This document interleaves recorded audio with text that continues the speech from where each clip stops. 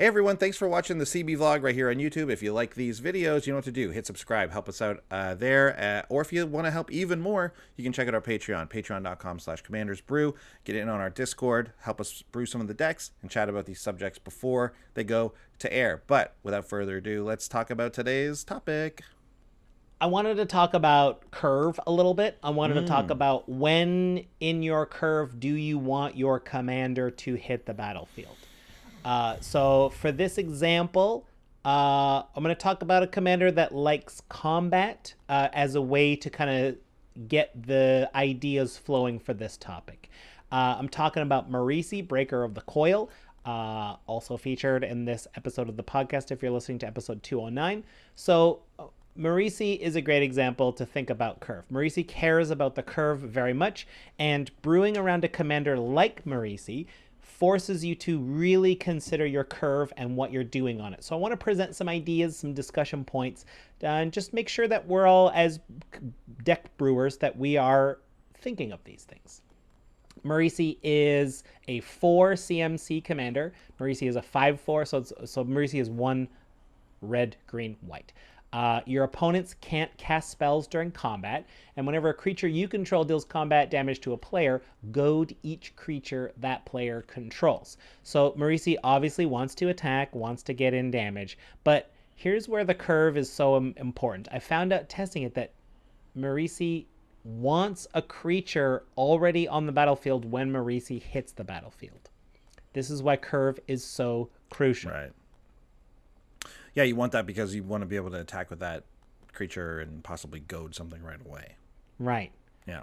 And so, like, typically, a very common early curve in a game of multiplayer Commander is to play some sort of tapped land on turn 1, maybe like a gain land or something like that. Then you play an untapped land on turn 2 and a 2-mana rock. So now we have the capability of making 3. And on our 4th turn, ideally, we play an untapped land. Now we have 4 mana to play with, and I cast Marisi. So Marisi has hit the battlefield, but I have had no opportunity to do anything before that. Every bit of my resources has gone towards just developing into this point. So we have a couple of things to consider, right? Do you want to delay Marisi by a turn and then get some evasive creatures out early? Or do you want to cast Marisi and then do something afterwards and have Marisi be the attacker to goad your opponents? It's a very interesting thing to consider. Yeah, there's two sides of it, right? So you either have something before and then cast Marisi and then that thing can attack to goad, or you can attack, or you can have Marisi be the attacker because you've ramped it out so early. Yeah. So, like, a lot of times, like, if you're on turn 3 and you're casting Marisi, like, next turn, not everyone's going to have something to block it. So there are some advantages of that also, but it seems like getting, it's all about sequencing, right? And what's in your hand.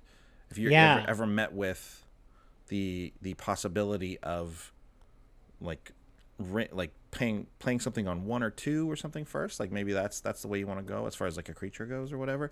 Also, there's this other thing of, specifically with Marisi, how fast do you need to go, because what are you goading? Right. Right. Yeah. But anyways, that's obviously just with this specific commander. Otherwise, you want to act like the curve out will be really important because you want to get those attacks in. Sure. So let's talk about, so that's a great point. So, like, maybe there's nothing to, it's such an interesting, so who is your opponent's commanders, right? Like, do you expect them to come down? Marisi's existence may affect the way your opponents play out their board. I don't know. This is a brand new commander. I've yet to see how it plays out. But maybe you'd rather pay more attention to your 5 drops, right? So before, well, let's not get ahead of ourselves. I want to build into this. So what if, okay, so now that we live in the world of London Mulligans, we can kind of better fine-tune how many lands are in our hand. If we end up mulliganing, we can throw away a land or a non-land, whichever suits our hand better. And I wonder if there's, how likely it would be, I mean, it depends how you brew your deck, if you'd rather play lands and cast something up the curve so that instead of that mana rock, so that Marisi comes down on 4 and you get to attack with your 3-drop with evasion. There's certainly a few of those in the deck for this week. I mean, it's yeah, because now you're looking for a 2 mana rock as opposed to like one of the more popular like 3.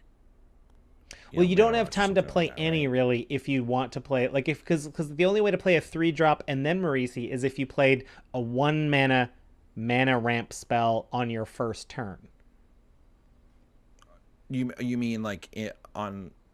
Because I was thinking like land turn 2, land like signet, Yeah, land. turn Now you have 3 4 Marisi. mana. So now turn 3 you have 4 mana, but you can still play a 3-drop and then play Marisi on curve like that way maybe, and then Yeah, you have mana to like do something else with perhaps. yeah, you can, except you're a turn behind. Oh, and I guess you're not a turn behind. Yeah, that works too. So you're It's just just not. It's sequencing just it not as differently. yeah. It's just not as efficient, right? You're not using all the possible mana, which is always a better thing to do.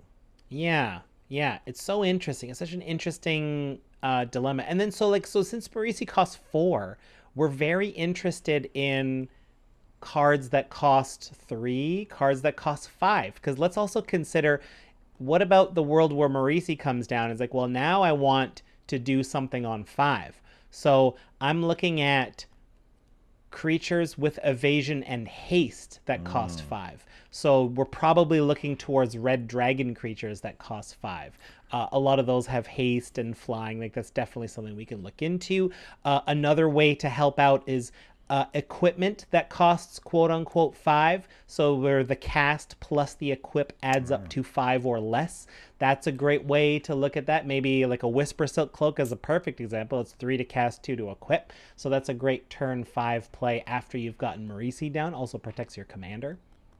One thing I was thinking about is like when is it good to play the haste enabler, whether it's like a Right. hammer perforos or like a fervor or something like that, right? Like those are Sure. that's always key. Obviously, red decks, red's the more likely color to have this type of effect. So like you need to find where in your curve that's gonna go, and a matter of like, is it more important to play the creatures outright, or like kind of take a turn off playing like a hammer of perforos and then being like, okay, well now going forward like my curve looks even better because things can just start attacking right away.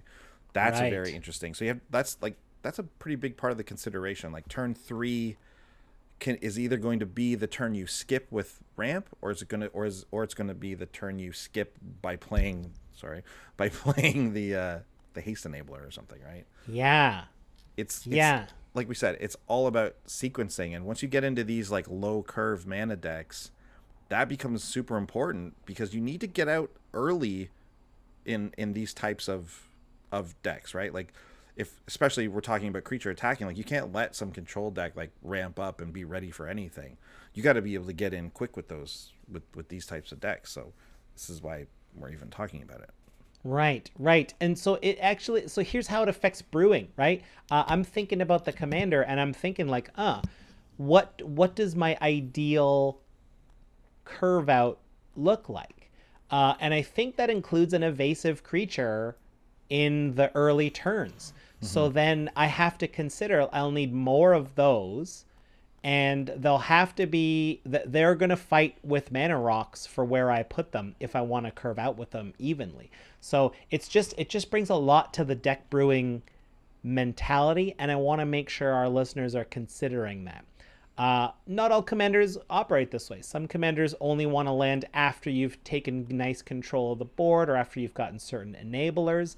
But then I would look to those enablers, like how much do they cost, right? Your ideal play is get this enabler down on with a 5 CMC, cast my commander right after that. So we're probably going to want to shape our early turns for ramp so we can do both of those efficiently. This is, I think, one of the reasons why you don't see these decks a lot. Well, you probably see them a fair amount of time, but like why these decks aren't as popular, or at least were not as popular at first, because in Commander, because we have to have consistency in order for these types of things to work. We got to have consistent mana early if we're going to ramp, or we got to have those evasive creatures early. So you've got to create a lot of redundancy there. And if you're doing that, then you're like sacrificing some other parts of the deck. And Commander just has less consistency in general because we're a singleton format, right? So it's tougher to put these together. Whereas it's easier to be like, okay, well, here's a bunch of ramp. There's my there's a consistency that way, and then I'll just have a bunch of spells I can cast later because I know I'll be able to get there because I got 40 life. Yeah. It's you know, like it's you really need to focus on that like consistency, that curve out. You really need to make that work. And we are seeing, like, I think we are honestly seeing a trend towards curve mattering more in Commander, and there's tons of resources that they're talking about it. You know, especially from obviously the more competitive groups, but even in casual Commander, you're seeing it matter more and more. So it's interesting to think about, and especially in the context of a card like Marisi, where attacking matters. Like that adds a whole, I think that adds a whole other dimension to it personally. Yeah. The haste enablers and all that sort of stuff, like that seems very interesting to think about. Yeah, I mean, you know, you want to talk about a haste enabler, like Lightning Greaves sort of costs 2 in the turn you play it because it equips for free, which is, once it's down, you never have to pay for it again. That's why Lightning Greaves is so great. Whereas Swiftfoot Boots functions very similarly, but you do have to pay to move it around. So it adds 1 to... Lightning Greaves doesn't add any cost to future creatures, whereas Swiftfoot Boots does. Yeah. Yeah. That's... Yeah, like onboard effects are also an important thing to consider with curve, right? Like that's why you want them, because they can help fill out your curve, especially later. You might spend the first 4 or 5 turns of a game maximizing your mana by playing things, and then later on when you draw those low curve creatures on like turn 6, it'll be nice to play them and then actually have something to do with your mana, which is why we like mana sinks, right? Yeah. So it's weird to think of that in the context of curve, because it's not like a CMC of a spell, but it matters. It's an important thing to think about, because you are going to draw the 1 mana 1/1 flyer on turn 6 or 7 or 8 at some point. That is going to happen, and then you need to do something else with your mana too. Yeah. So interesting. And like, yeah. I mean, without this topic getting out of hand, right? This is why I love Red, because I love cards that draw with a discard, like discard a card to draw 2 cards, because I can dump those cards that are no longer appropriate for my curve. Like I can be like, well, I don't need this 1-drop anymore, so I'll use that as my discard as I draw 2 more cards. Great, I got something I needed for future things. Or like dropping a mana rock when you already have 12 mana or something. Like I love doing that. Yeah, it's great. Who cares? Don't really need it at that point. I'd rather just find some gas. Yeah, man. Yeah, well, there you have it. I'm interested to find out other commanders that have really like efficient curves, like where they need a good curve out situation. So like, get at us on Twitter. Talk to us about that. Okay, good topic there, Sean. But let's move into this week's deck tech. Oddly enough, it's the same card we were just talking about. Thanks for watching. If you love what we're doing, consider supporting the show by going to patreon.com/commandersbrew. And if you want to get any of the cards from our deck list, go to our TCGplayer affiliate link below. That helps us out too. And for a free way to help us out, consider sharing the show with some friends. Like and subscribe, add a comment or 2. See you later. Bye.